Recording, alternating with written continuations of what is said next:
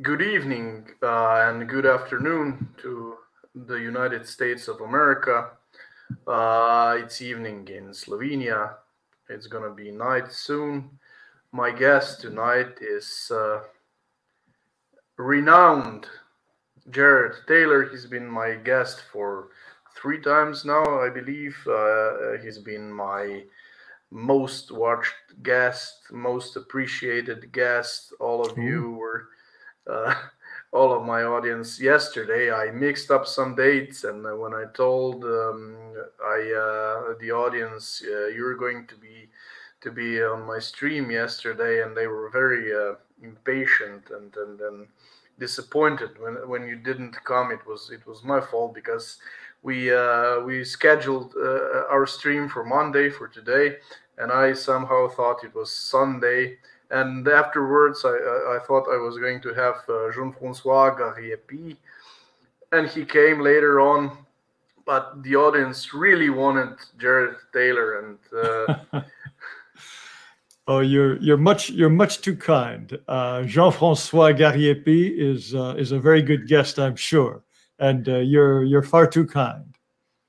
uh, not at all, not at all. If you would have read the comments yesterday in the beginning of the stream, I had to have a Q&A with the audience, and yeah, everyone that came in to the stream asked the question, "Where's Jared? This is not Jared." Even even when Jean-François came into the studio, they were also asking, "This is not Jared. This is who is this?" and so Oh, forth. well, I'm very sorry it didn't work out. And I'm sorry to have been late myself. I had a strange technical problem and we couldn't get the audio working. But so I apologize for that. But I think we can proceed now. Yeah, of course we can proceed. Yesterday, I started with this, what I wanted to read to you, and I'm going to read to you again. This was the email a friend from America sent to me, and I was going to ask you what your comment on it would be, if you allow me.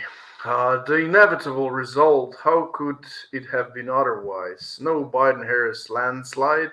True, not this time, but there likely will be next time. A President Harris is what this electorate, this very population, this United States of America will choose, will be.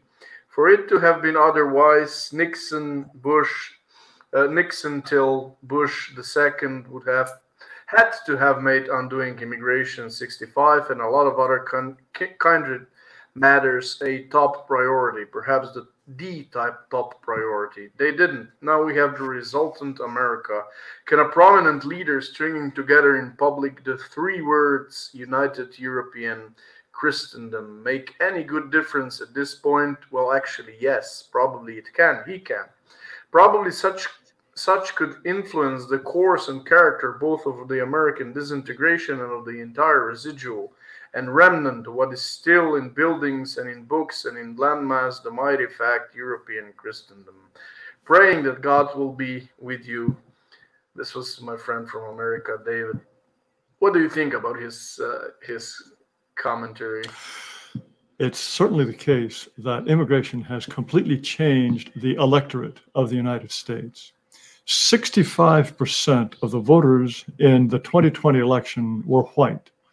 But because of the large number of non-whites who have arrived primarily because of immigration and because they vote predominantly Democrat, the last time that a Democrat was elected with a majority of the white vote was in 1965.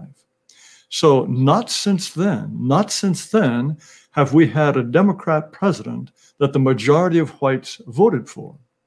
And for this reason, you could argue that every time there was a Democrat president, that would have been Jimmy Carter, that would have been Barack Obama, that would have been, of course, Bill Clinton.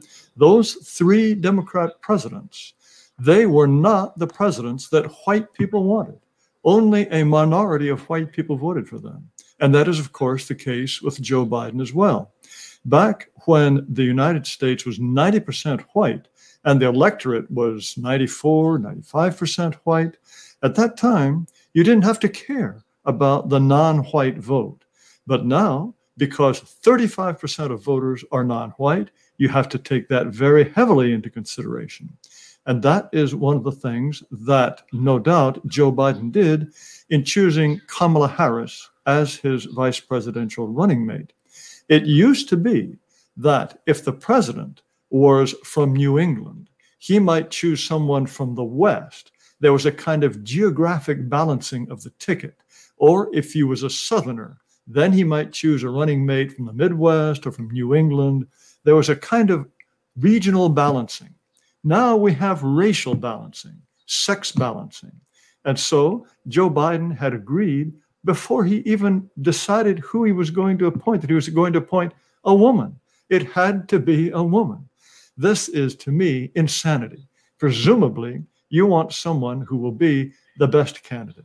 But in this way of racial balancing and sex balancing now, we have a Black woman to appeal to the votes that Democrats are likely to be providing.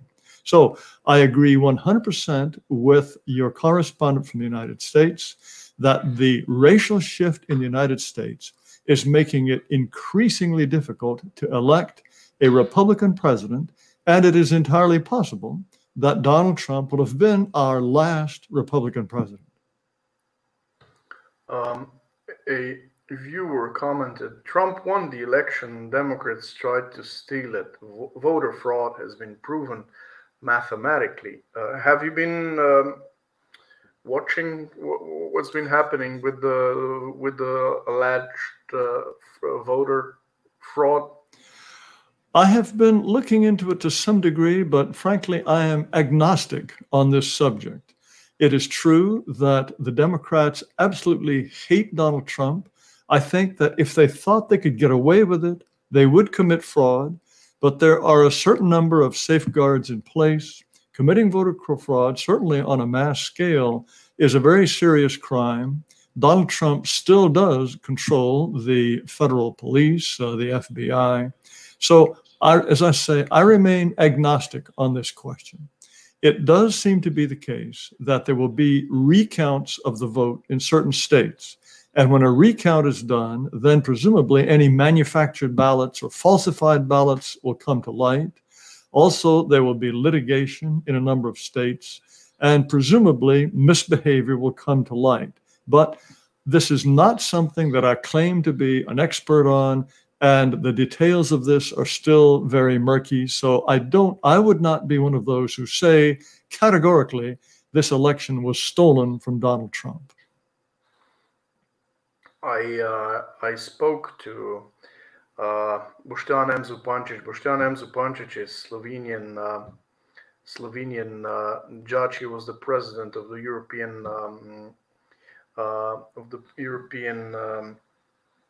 Court for Human.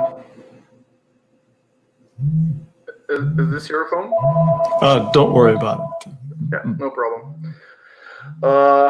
He used to live in America for 15 years, and he told me that no matter what happens, we still don't know actually formally, officially, who won this election. Yet the mainstream media, many of the European leaders, many of the European politicians, European media went on to congratulate Joe Biden. What's your stance or your view on this election's not really over yet, is it? Well, in American elections, this is always what happens. The official vote of the Electoral College, I believe it doesn't take place until December.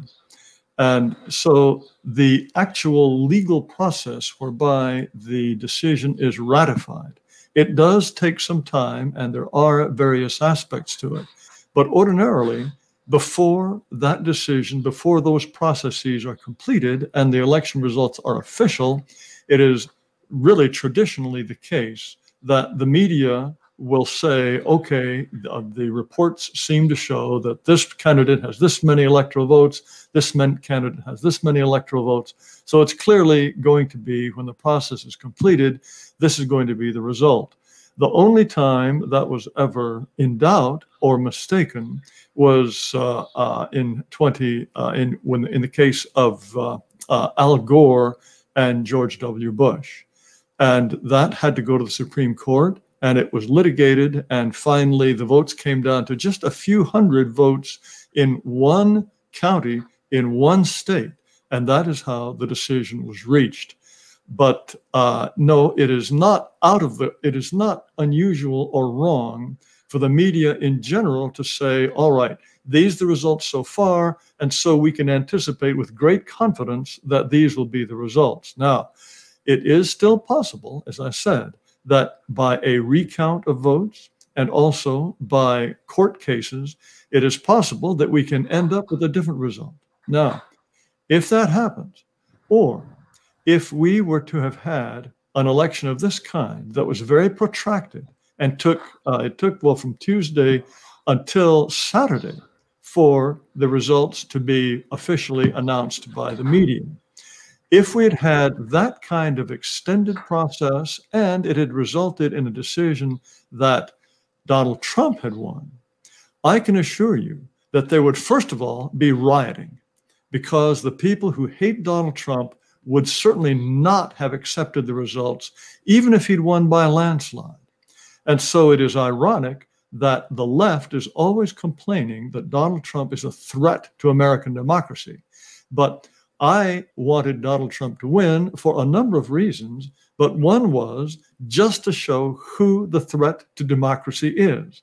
If he had won, as I say, even if he'd won 300 electoral college votes, if he'd won 350, still that would have caused his opponents to burn things down, go rioting, break glass windows, if there's still any glass windows left in America.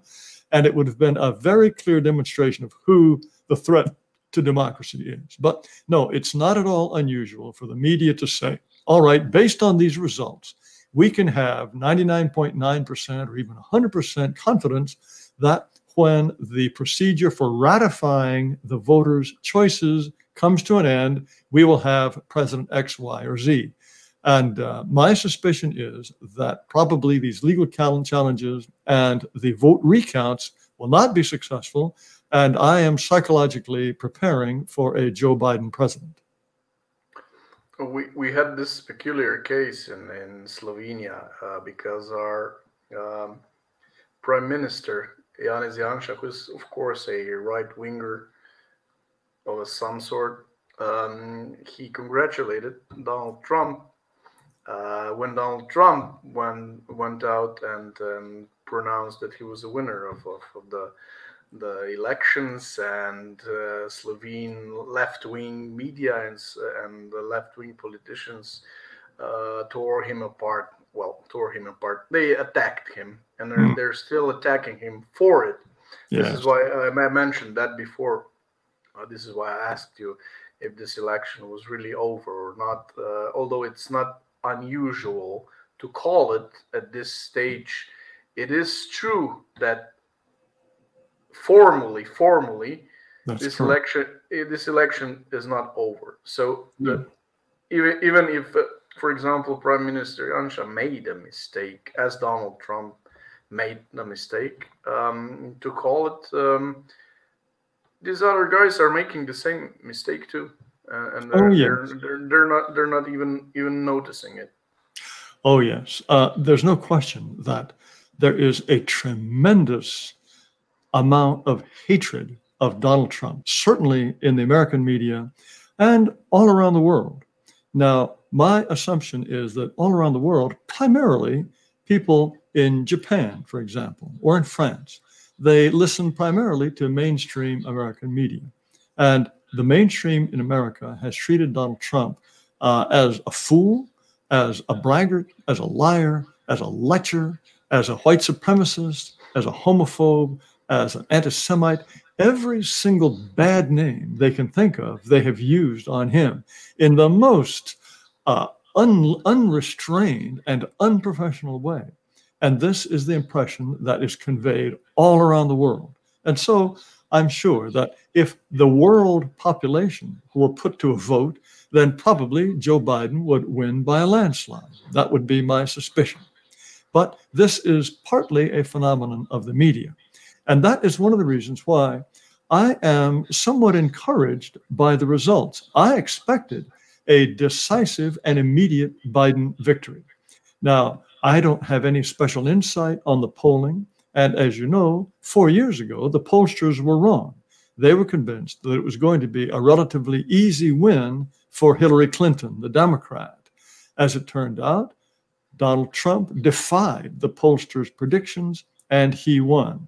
Now, the media and the pollsters did not want to make the same mistake again. And so when they were predicting a substantial Biden victory, I assumed that they had worked in all of their possible angles to try to be as accurate as possible. So I expected a substantial Biden victory too. Now, that remained, the fact remains that some 71 million Americans voted for Donald Trump. That is the second largest number who have ever voted for any candidate. We had a very high turnout. Usually we get about 60% of the electorate.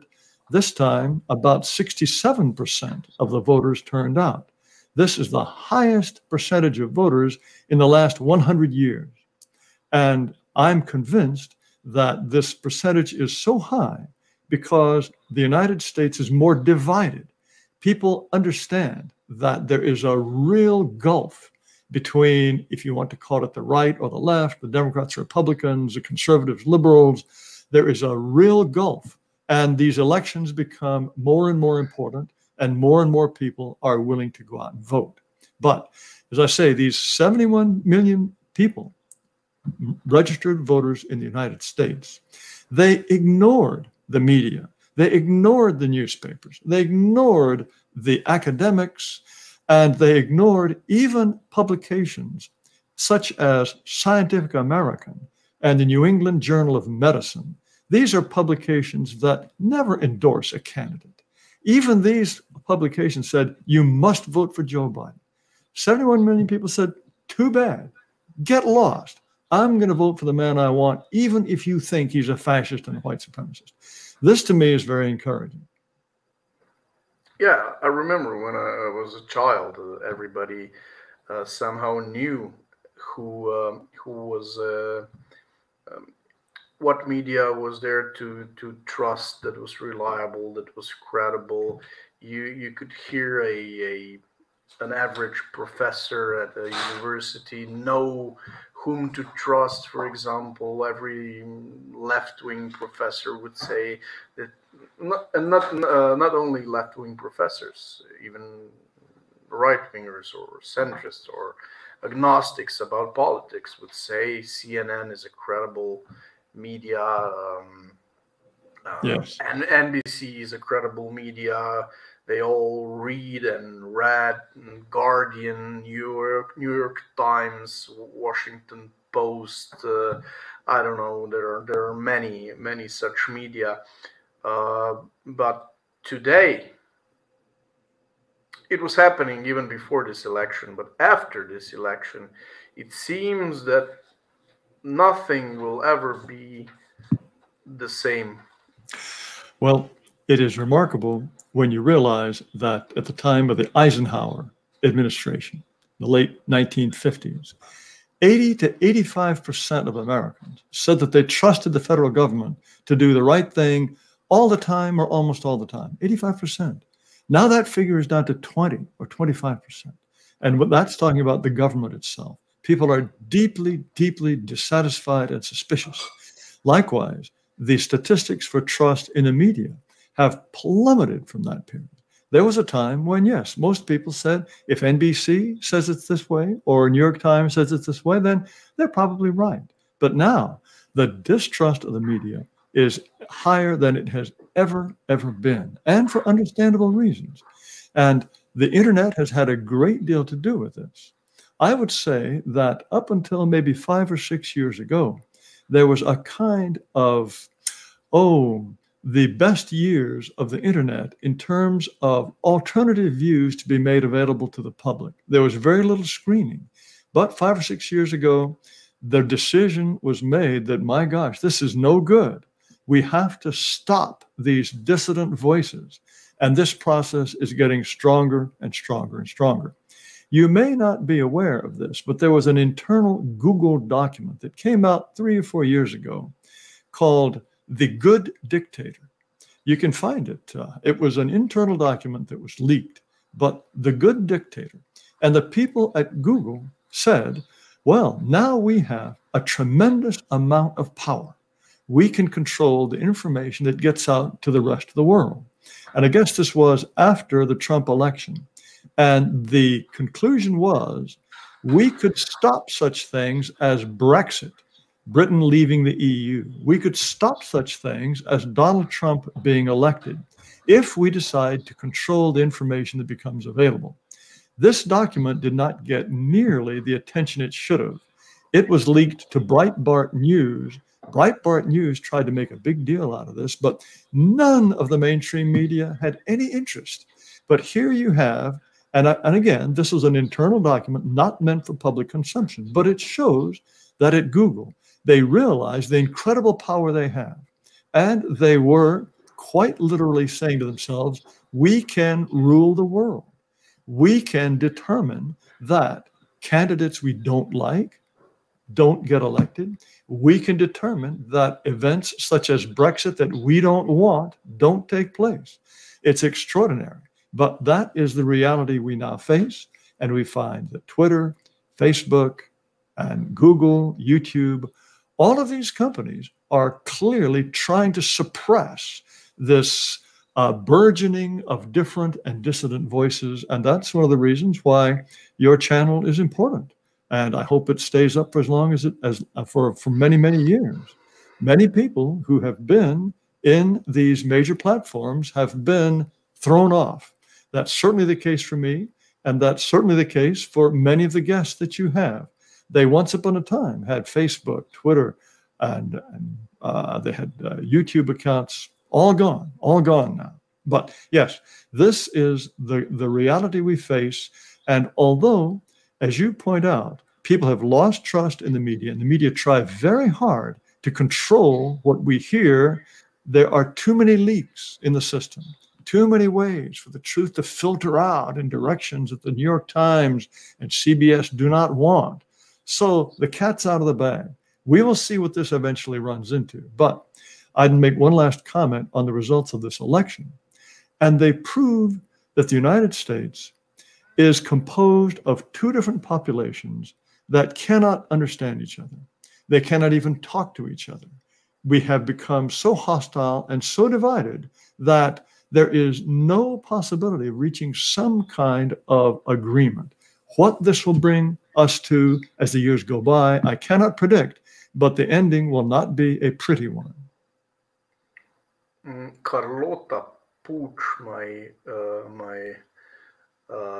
Catalan viewer, asks, has Mr. Taylor lost a lot of audience after the YouTube ban? Oh, very much so. On YouTube, we had about 135,000 subscribers. It was not unusual for us to get 70,000 or 100,000 views. We had popular videos that had 300. Our most was close to 500,000 views. Now, once we were kicked off of YouTube, now we're lucky to get 15,000 views. Sometimes we creep up close to 20,000 views, but that's compared to, as I say, the good ones had 200,000, 300,000 views. So our viewing audience has probably been cut into 1/4, maybe less. And you would like to think that those 135,000 people who had subscribed would find us. We're now at BitChute, but many of them have failed to find us. But the point, well, I would add this also. We were gaining subscribers very rapidly on YouTube up until about 6 months before they destroyed our channel. And you can tell there was this curve, this rising curve of new subscribers. And all of a sudden it went boom, and it just slowed down terribly. And that was because YouTube had changed its algorithms so that our videos were no longer being recommended. So they have a tremendous amount of power. And yes, we have been kicked off. Our viewership is much lower. We're trying to build it up on BitChute, but it's a small and limited universe. We were also, I was kicked off of Twitter in 2017. At that time, I just started building an audience. I had 40,000 followers. American Renaissance had a Twitter account with 30,000 followers. Then we had 70,000, all gone, all just wiped out. And the same, we used to sell our books on Amazon. Amazon decided that they accounted for the bulk of our sales. Amazon decided, no, everything you sell is no good. So we cannot sell our books. And of course, for many years, we were able to process credit cards. But organizations like mine have been cut off from essentially every single credit card processor. It's quite astonishing, the kind of censorship that has been organized against racial dissidents. And to me, it's worse than actual government censorship. Because if there's government censorship, it's very clear to everyone that there's a commissar sitting in another room. He's maybe got a red star on his cap. And we know that he is slanting the news in the worst possible way. And also, if it were in the United States and there were legal limitations on speech, this is something you could go to court, you could litigate, you could perhaps get a law overturned in the Supreme Court. But when private businesses, and that's what they are, these enormous private businesses that control information to the extent that they do, when they decide there are certain opinions that we do not want to make available to the general public, there's really very little you can do about it. Jean-Francois Gariepi had an interesting hypothesis. He said that counterintuitively, that after Joe Biden becomes president, if he becomes a president, less and less pressure to right-wing alternative media will occur. Well, no, there's an argument to be made for that. And it's not impossible that there will be, in some areas, a sense, okay, we've gotten rid of the fascist, so we don't have to be as heavy-handed as we were before. There may be a view of that kind in certain quarters. My view, though, is that probably people will say, okay, we managed to survive 4 years of white supremacy and fascism and homophobia and all of those things, and look at those 71 million people. 71 million people defied us. We have to make sure that they never make that mistake again. It's my guess that that sentiment will be stronger. I understand Gary Pierre's view on this, and it's not impossible. And as I say, in certain circles, that may be the reaction. They may say, okay, we dodged that bullet. We don't have to worry so much about it anymore. I don't think that that will be the stronger view. The stronger view will be, oh, look, we almost had it happen again. Oh, my God. We have to be more resolute. We have to be more firm in squelching these horrible opinions. But, yeah, this is what I wanted to ask you. It seems that there are some trends showing that Trump won some little percentage of black people and Latinos in comparison to the last election and to the other Republican candidates before him. Is this a trend that shows anything, or is it a coincidence? You know, I must say, to the extent that this information is correct, and it's based on exit polls, after people have voted, someone will come up to them and ask them, okay, who did you vote for? And they note whether this is a woman, it's a man, or a black person. Now, if the polls going into the election were way off, and they clearly were, how are we to trust the polls of people who are coming out from the election and actually, I assume, have to say face to face who they voted for. So it's possible that this information is incorrect. Now, let us assume that it is correct. As you say, surprisingly, Donald Trump lost several percentage of the vote of white men compared to 2016. I cannot explain to you why that is, especially because at the same time, he gained a certain amount of percentage of, a smaller percentage of white women. He got the majority of both, but still the gain of the white women was not enough to offset the loss among white men. And so Donald Trump only got about 57% of the white vote, whereas he got about 60% of it before. Why did that percentage go down? It's difficult for me to say. It may be that I have two theories, neither of which I'm very happy about. But one could be that after being told over and over and over again that this Donald Trump was a wicked fascist, that a certain number of white people were persuaded that, well, I guess he's a bad guy and he's an embarrassment.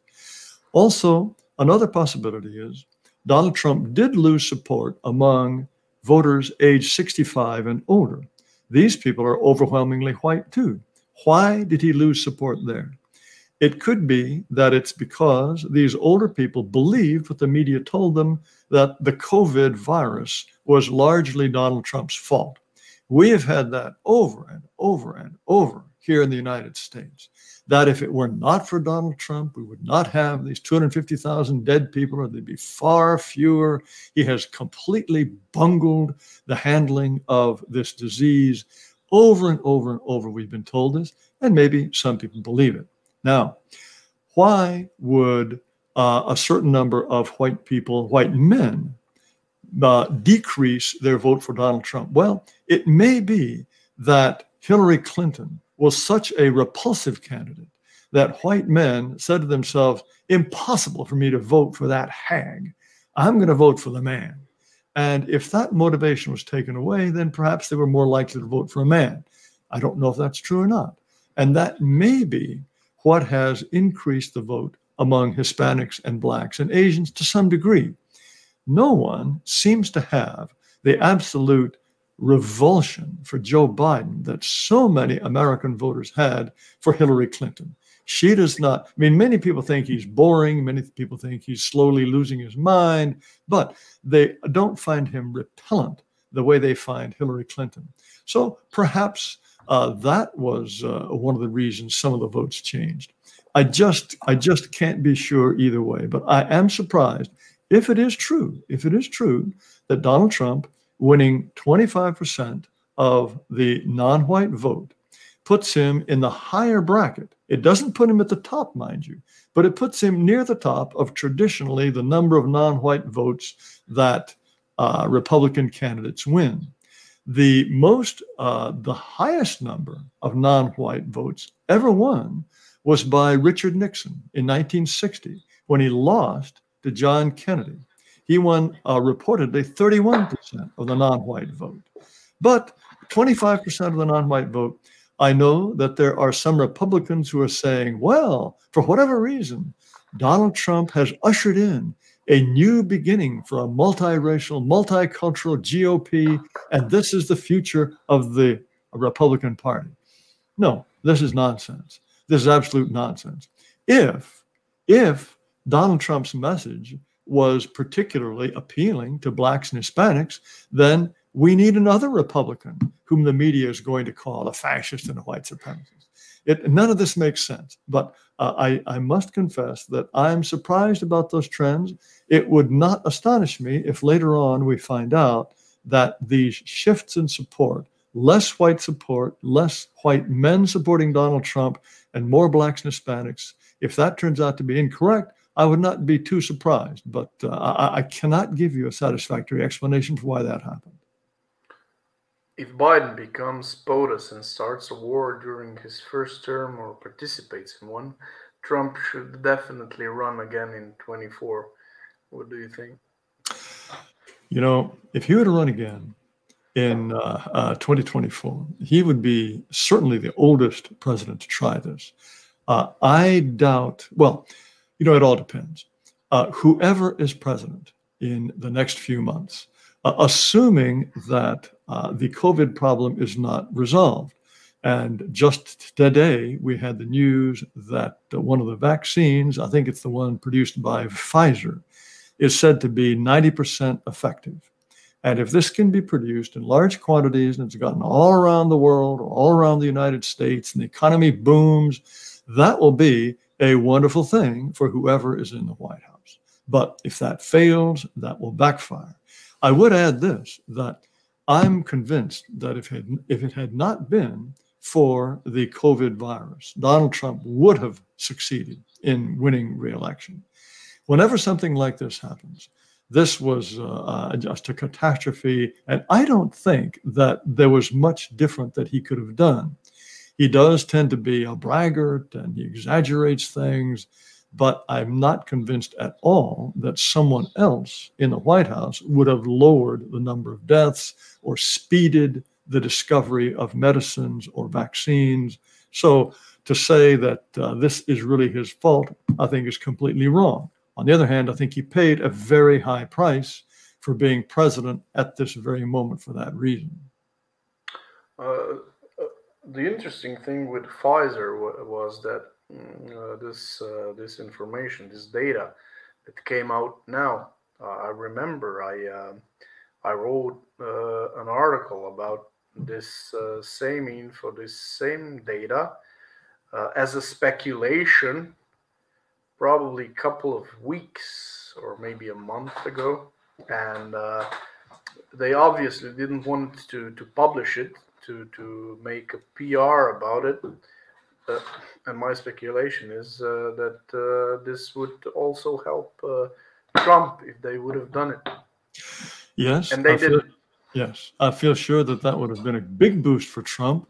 If you can see the way the markets are leaping, the American stock market, the last I checked, the Dow Jones Industrial Average was up 5%.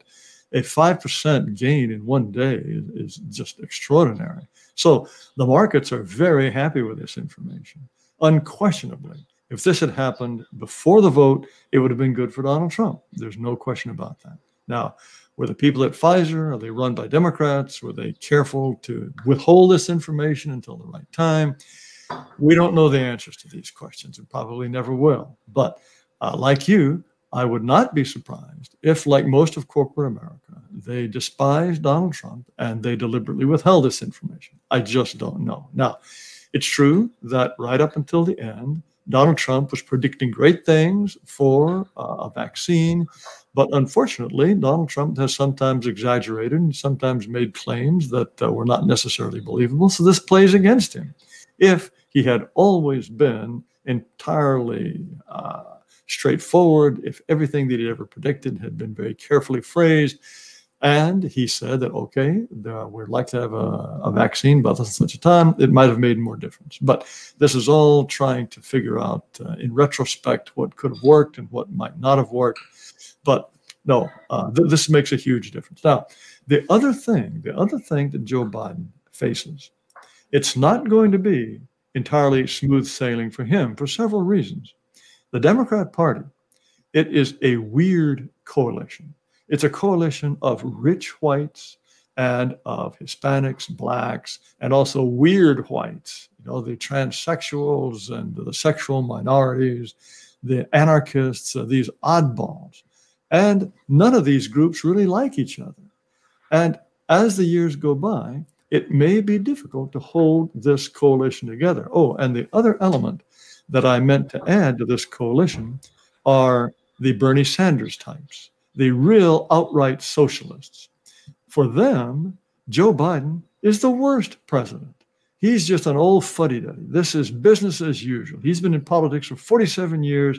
He's not going to bring about defunding the police. And he's not going to bring about socialism and redistribution and a massive reparations program for slavery. So they're very angry. And as you know, there are a number of Democrats who think that the nomination was stolen from Bernie Sanders. There is a lot of dissatisfaction within the Democrats. Now, once they no longer have Donald Trump to hate and to unite them, it's entirely possible that they could start fighting amongst themselves. We will see. Now, I would add one more thing. Many people who were opposed to Joe Biden, many people who agree with us from a racial or national point of view, argued right from the start that Joe Biden is becoming senile, that he really can't think straight anymore, and that he's just a cat's paw, or he will be a marionette, and that it will be Kamala Harris who calls the shots. I've never thought that. And I certainly don't think it after watching his performance in 2 debates. Those debates went on for an hour and a half. And the first one, they were standing up the whole time. To stand up for an hour and a half under pressure of that kind, under the lights, with a hostile opponent. Now, it's true that after a while, Joe Biden began to say things that didn't make very much sense, but he held together pretty well. If you have ever been in a very high-pressure debate for an hour and a half on your feet, it's not an easy thing. And for those 2 old guys, I would certainly agree that Donald Trump held up better than Joe Biden, but Joe Biden didn't fall apart.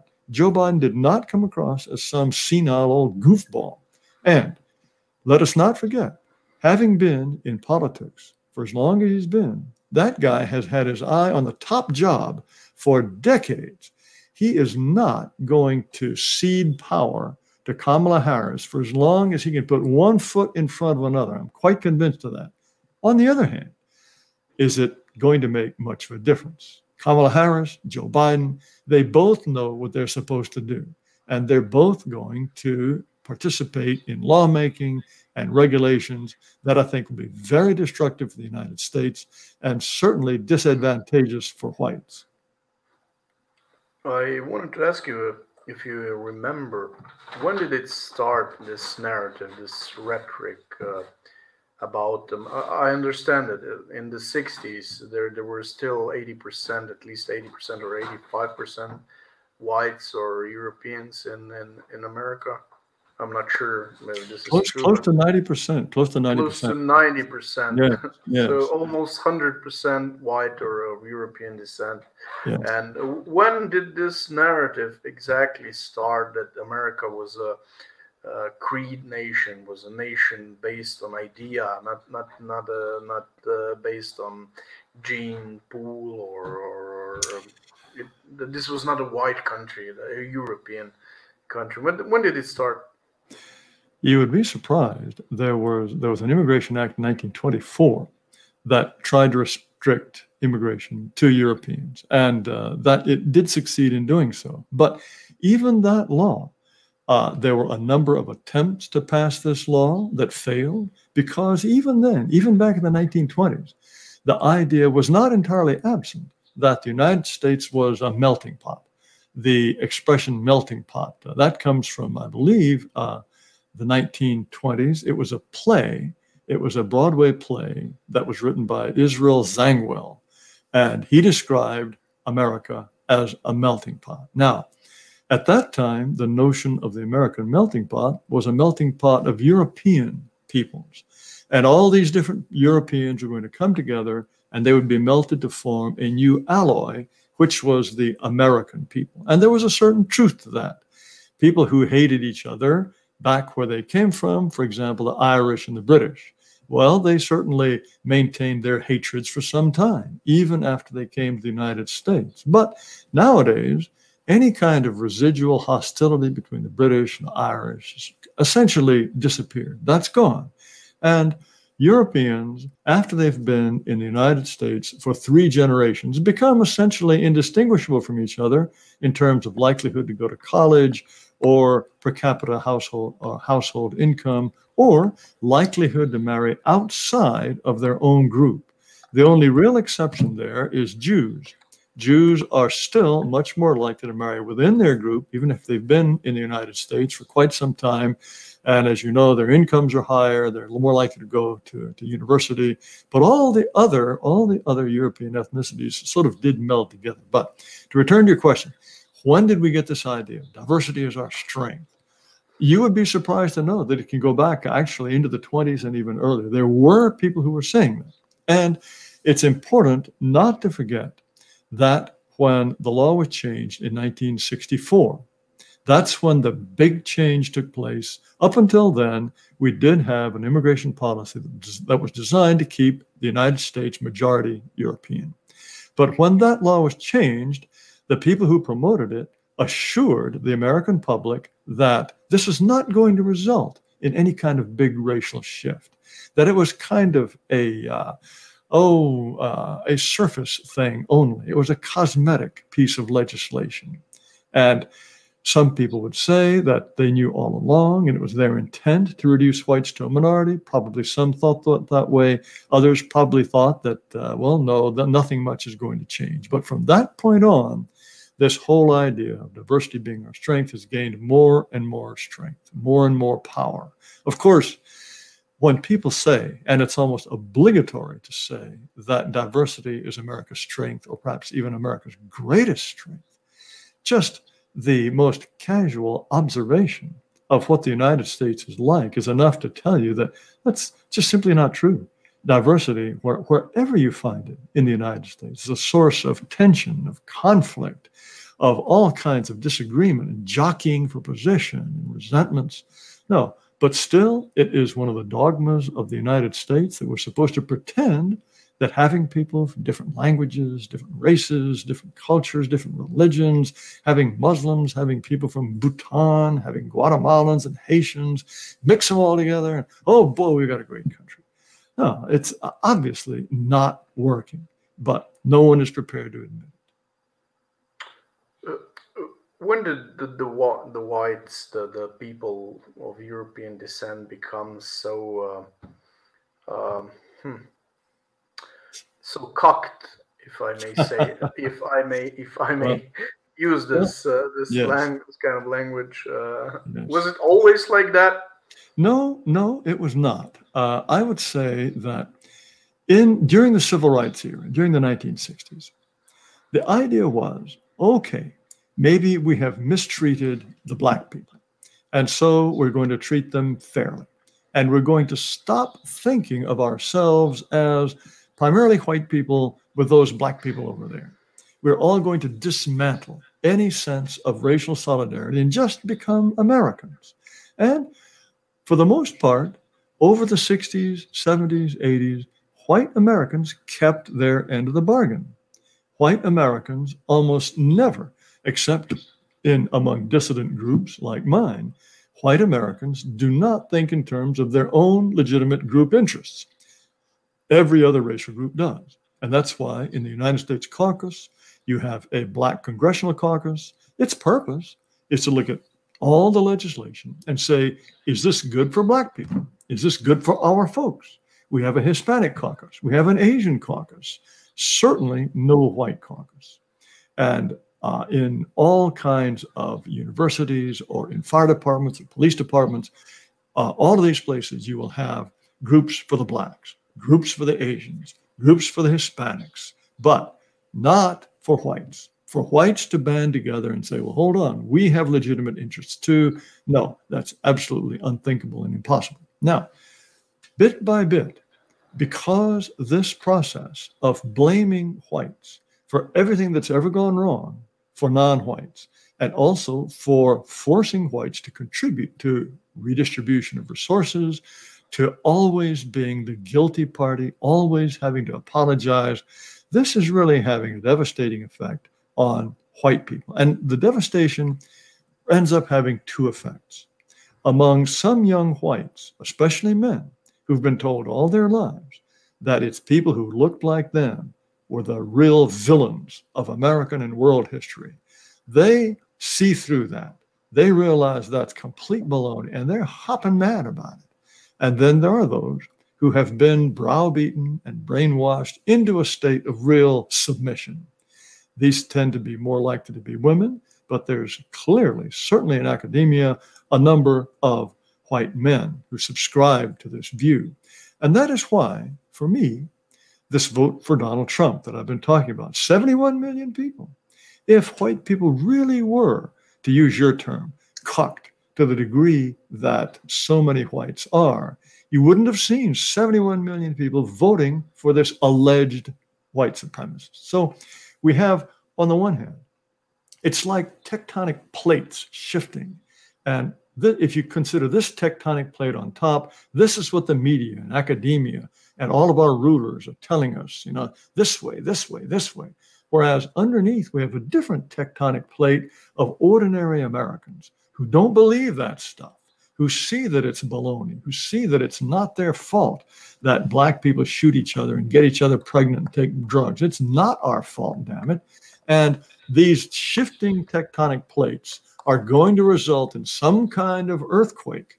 And what form that earthquake will take, I can't tell you. But it's been a long process that has been encouraged primarily in universities and now increasingly by the media in general. Would you like me to be addressing some of the questions on the screen? Karl-Heinz Hoffmann aus Deutschland. What does Mr. Taylor think of Oswald Spengler and his theories of total and final decline of Western civilization in the near future? Well, I have to confess that I have not read The Decline of the West, but I do know that, according to Spengler, that civilizations have a kind of life cycle, and that ours is approaching decay, that this is essentially an inevitable process. I disagree. I don't think it has to be inevitable. Look at the Chinese. The Chinese have a civilization that's just as old as ours. Now, they went through a number of crises. There was a time when they were under imperial rule in the various dynasties in which they were very much under the control of the Europeans. Then they fell into the hands of the communists. But look at them now. The Chinese are they're clearly more powerful than at any time in China's history. They have an influence in the world that's increasingly greater than that of the United States. They don't apply. If Oswald Spengler's rules apply to Europeans, why don't they apply to the Chinese, who've been around longer than us? Why have they not completely decayed? So I don't believe that's the case. Furthermore, I take a certain amount of comfort in what I see in Eastern Europe. I know that where you live, there are all sorts of worrying signs, and it's not a paradise. It's not as though the Western civilization and white people have established a permanent, totally secure homeland. But you are far healthier than we are in the West. And so there again, it's not something that is absolutely bound to happen. Now, whether or not the Eastern Europeans can establish a kind of psychological racial national confidence, whether they can get their societies wealthy enough and maintain enough traditional morality to have children and to march into the future with confidence, I don't know. But if I believed that Oswald Spengler was right and that we are destined to decline, I probably would not have started American Renaissance, and I probably would not be on this broadcast. I'd be on a beach in the south of Spain someplace. Let me see if there is any other questions from the audience. Yeah, but China is racially homogeneous. This is what I wanted to ask you. Yes. About Japan. You grew up in Japan. Yes. I always wondered. Japan was a part of a coalition with the so-called Nazis and the fascists, Italian fascists, and they were supposed to be some sort of a fascist regime also during the World War, or I'm not quite sure how their system of ruling was considered back in the days. But I do think that if they were in this coalition, they were probably somehow mutually spirited as the fascists and Nazis. Was there any denazification in Japan after the World War II, as it happened to the Germans, for example? No, no, there was no equivalent of denazification. The American occupation, which went on for about 1955 or 56, as I recall, the Americans did write a new constitution for the Japanese. And in the Constitution, it is guaranteed that Japan will never wage aggressive war, it will never have nuclear weapons. And according to its Constitution, it's not even supposed to have aggressive weapons. Japan doesn't have any aircraft carriers, for example, because aircraft carriers are a way to project force over the horizon, whereas destroyers with Aegis detection systems to shoot down incoming enemy airplanes and missiles, these are defensive forces. And the Japanese army is called the Japanese Defense Force. It's not called an army and a navy. It's the Marine Defense Force, the Air Defense Force, etc. But all of this was, in some respects, unnecessary. Japan had a very interesting psychological transformation after the war. It was clear that Japan had been devastated. Japan had bitten off more than it could chew. And after having been defeated by the United States, the whole idea of an aggressive nationalist Japan was genuinely discredited in the eyes of many Japanese. So for this reason, denazification might have perhaps insulted the Japanese and provoked them into a greater sort of resentment version of patriotism. In Japan today, gradually, now that it is 70 years after the war, 75 years after the war, there is a dawning sense of Japan's role and Japan's need to have an independent military, that the United States is not something they can count on forever. And there have been attempts to change the Constitution so that Japanese military can take part in international peacekeeping forces. There is a shift, but Japan is a nation that I believe the people who fought in the Pacific, the people who were running Japan, living in Japan, who were Japanese patriots up until 1945 would simply not recognize. Japanese are very meek in the face of foreigners. Certainly their foreign policy tends to be meek. And there's also this terrible childbearing problem. We have birth rate problems in the West. The Japanese rate of birth is catastrophically low. But the one thing that we can say for the Japanese, like the Chinese, is that they have maintained essentially a homogeneity that I think is one of their major strengths. And so even if Japan's population were to tumble to just 50%, so long as that 50% of the people that live there now were ethnically, culturally, linguistically Japanese, they would still be a Japan, a smaller Japan, but it would be Japan.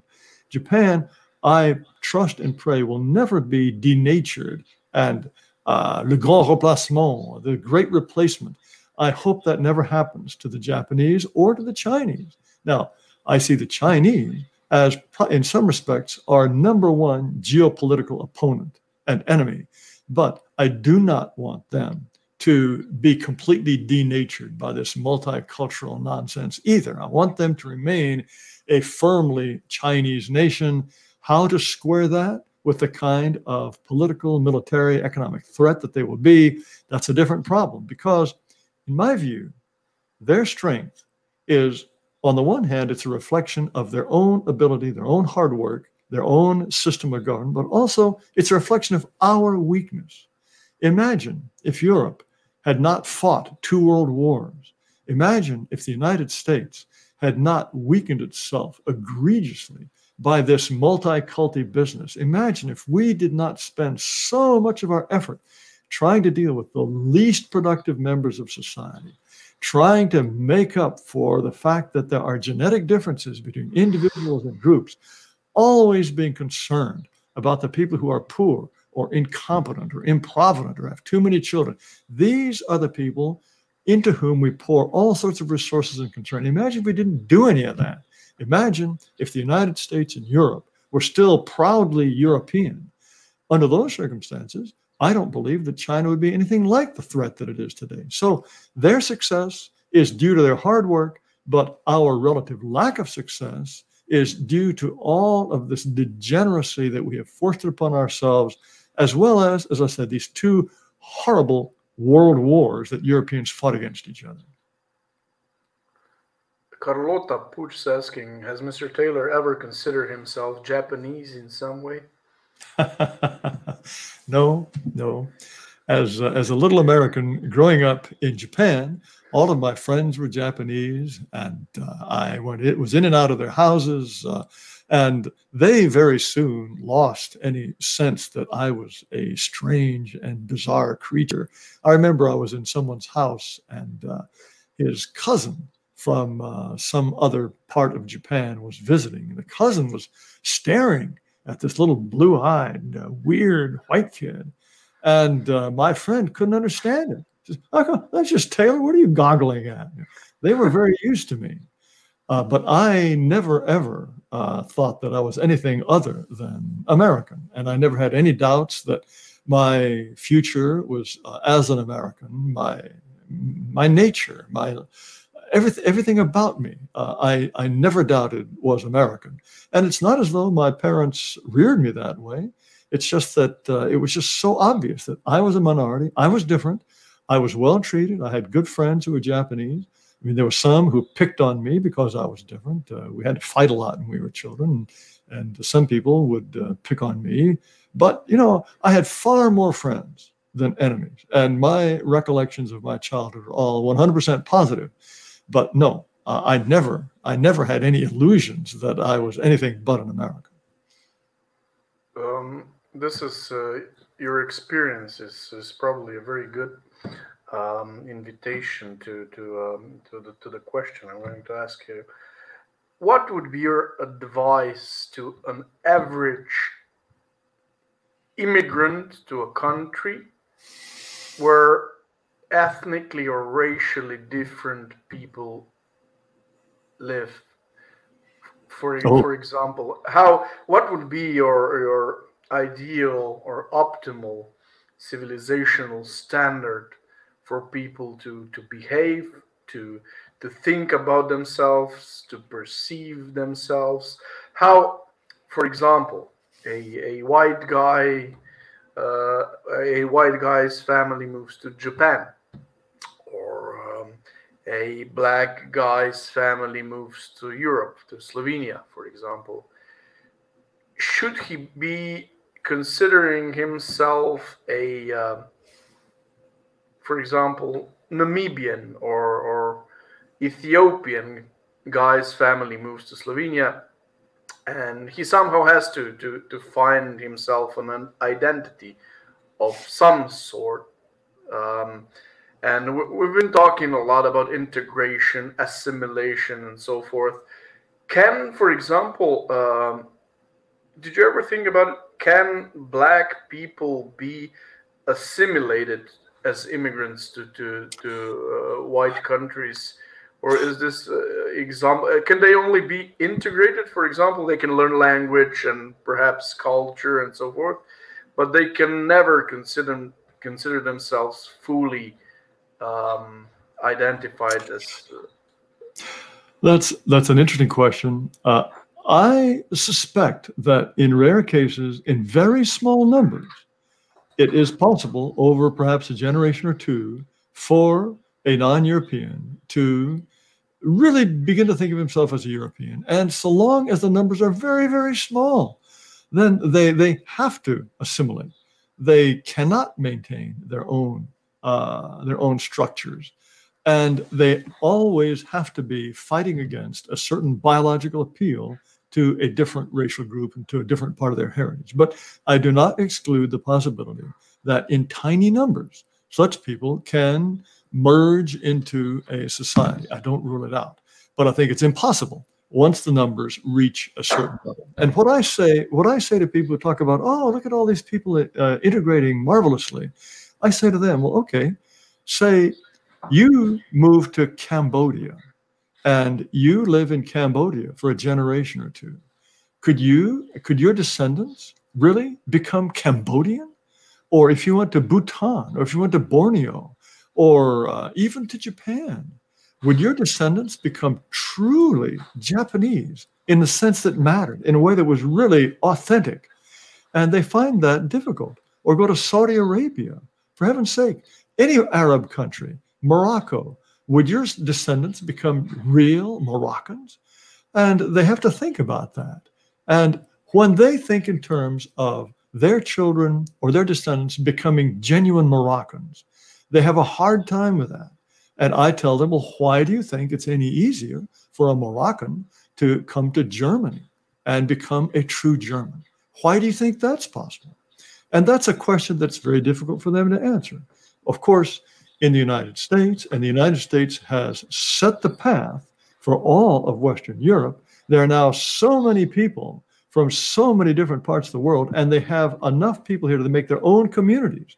You can be a Mexican American, and speak Spanish and have your Mexican traditions and your Mexican networks of all kinds, and still be an American of a sort, because that's the way we've now defined America. As you said, America has become a creedal nation. It doesn't make any difference who you are. All that matters is what you think. Well, of course, if all that matters is what you think, you could be an American and never even having come here.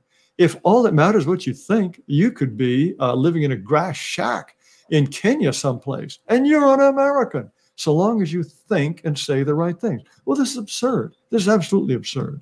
And when I also ask ordinary Americans who have swallowed some of this nonsense, I ask them, well, let's imagine that the United States has to fight a war like the war in the Pacific or the war against Nazi Germany. The whole country was united for a long time, for several years, all fighting this war. Could the United States pull together in that way today? And they all have to admit, well, no, very, very difficult to imagine that. And why is that? It's because we have so many different kinds of people, and people who do not really feel that they are American in the traditional, been here for generations kind of a way. Now, when you ask, can non-Europeans assimilate and become European? One of the first examples that I can give you is, of course, that of the United States. Black people have been here for a whole lot longer than many groups of white people, but they still have a distinctive way of speaking. Their culture is different. Their voting patterns are completely different from whites. Their aspirations are different. They behave different. Now, have they assimilated? By no means have they assimilated. And so if you ask me, well, are Ethiopians or Senegalese, can they possibly integrate into Slovenia in any meaningful way? To me, the answer is, well, I don't have to give you the answer. Just look at the United States, or look at Britain, look at France, look at Canada, look at all these places where you have immigrants from Africa who are working out some sort of modus vivendi. To call that successful integration, I think, is utter foolishness. Let's finish our great live stream with this wonderful thought. Do you have any other thoughts on our today's stream, or do you have any message to our audience? Well, your audience, I imagine, is probably mostly European, is it not? Probably. I would say to Europeans, both on the eastern side and the western side of the Iron Curtain, what I would say to you is, I am heartily sorry for the influence of the United States on the kind of culture that we've tried to impose on you, the kind of degeneracy that we have exported to you in the form of movies and television, and all of our diplomats browbeating you to change your way of life and to pretend that the American way of life is better. This is an astonishing form of arrogance, and I wish that I were not part of a country that were trying to spread poisons all around the world. So to all of the Europeans, I apologize, but I assure you that there are those of us in the United States who are Europeans. I'm a European to the tips of my toes. My language, my way of thinking, my ancestral religion, my literature, all of this is European. So we are your brothers on the other side of the Atlantic. And you do have brothers, and not all Americans are the kind of people who are trying to poison you. We support you in your identitarian effort, and I wish you every success. Fantastic. Thank you, Mr. Taylor. We talked a while ago if you could be a commentator every once in a while, every 2 weeks or every 3 weeks or every month. You said that you would like to do that, but that you're worried about my channel. Yes. I still think that my channel is not big enough to be of a focus of the oligarch or big tech, and till that's not the as I mean, it's not dangerous. So to my Well, audience and to you, I sure will invite you to be my guest as many well, times as possible. well, that's very good of you. It's up to your audience and you. If you think that I still have interesting things to say, I would be delighted to accept your invitation.